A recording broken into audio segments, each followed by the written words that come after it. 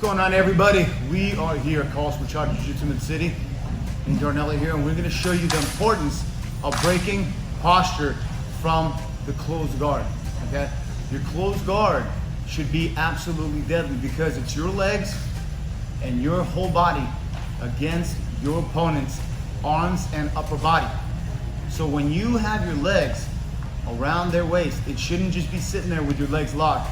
It's very important that you constantly keep crunching and breaking posture. And then we'll show you how to use your hands, and we're gonna do a couple drills in order for you guys to have an absolutely killer closed guard. And remember, your guard should only open on your terms. Just like the front door of your house only opens on your terms. Because if somebody else opens it, whoever's outside of your front door, on their terms, you're gonna have a problem. Same thing in the closed guards. Because whoever's in your closed guard, they're trying to open it with purpose. And why? Because they wanna open your guard and pass. And if they open it on their terms, they're already 1-2 steps ahead of you, and you're gonna be digging yourself out of a hole. So it's better to have them digging out of a hole. It's better to break their posture down, because to pass the guard, they need to have posture. To stand up, they need to have posture. All right, so here goes, breaking the posture from the closed guard and a lot more. All right, so when I have Darnell in my closed guard, it's very important that I understand that my legs need to be spurring his back, so I'm constantly breaking his posture down. If you notice, I'm not even using my hands, okay? Could always grab the head. It makes it very difficult for him to punch me. If this is a self-defense situation right here, I have a lot of opportunities here. But if you notice how high my knees are, all right? In order for Darnell to pass my guard, he needs to posture. So typically what the person in the guard does is he begins to posture, okay? One of the things that they do to posture is they create a kickstand, okay? They're gonna do it either with the left hand or with the right hand, okay? Considering that most everybody passes to their left, we're gonna talk about the kickstand with the right hand, all right? First thing what I need to do is I always need to make sure that my head is off the mat, okay? When your head is on the mat, your core is disengaged. When your head's off the mat and you're crunching, your core is engaged. I'm gonna be pulling him in, so it's gonna force him to use this kickstand. I can lift my hips up, move my hips, I can move my shoulders, windshield wiper, okay? I can pull him in, out, left, right, left, right. So what I'm gonna do is I'm gonna break his posture, and I'm gonna do this 360 drill, okay? I'm gonna shift my hips to the right elbow goes to his knee, break his posture down, touch my left knee, he recomposes, okay? Move my hips to the right, roll to the right, breaks posture down, touch my left knee, he recomposes. And we're gonna do this in a 360-degree motion, hip,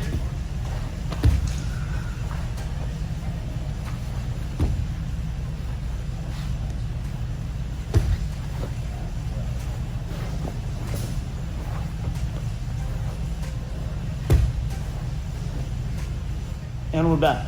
This is gonna help you build a strong core and constantly break their posture down. Now, let's see what happens when you break down the posture and the top person is vulnerable because they do not have the proper structure in order to pass your guard. So what I'm gonna do is this, same thing. Lift my hips up, move to the right, pull him down, grab the belt, okay? Oftentimes when you do this fast enough, this hand gets trapped. Okay, so he's committed, he's posturing, and he's creating a triangle right here, like a pyramid. 1, 2, 3, okay? His knees are 1, 2, and his hand is the third, okay? So what I'm doing is, I'm pulling him in, I'm gonna move my hip to the right, roll to my left, down, and my left hand controls his belt.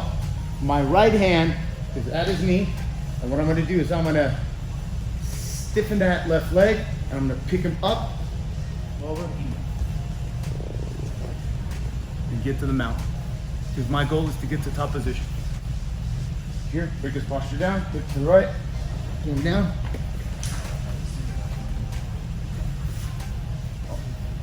His hand is across, we do the cross this here, and on the opposite side, so you can see the legs working. Look, spur, and my hips are up.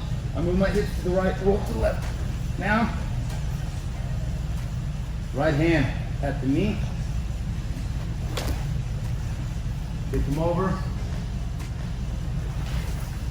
Mount. Also, what's important here, when he creates a tripod frame right here, I need to keep crunching, pulling him in. My right hand is going to open up the collar. Left hand is not going to choke, so that my left elbow connects with his inner elbow here. Okay, he's going to probably control my hip right here with this free hand. Okay, yes. And my right hand is going to go right to right, and I'm going to pull.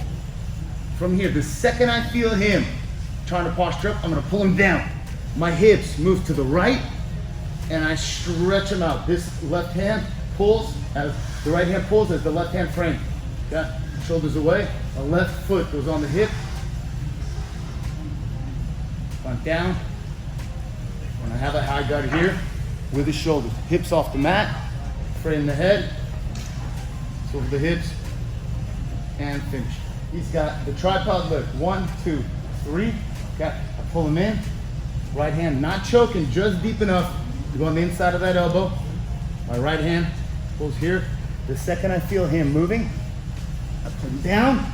My right hand pulls that arm across, move my hips across, pull. My left foot goes on the hip. Right hand, right leg spurs. Trap that shoulder. Left hand frames, pushes the head. Traps. And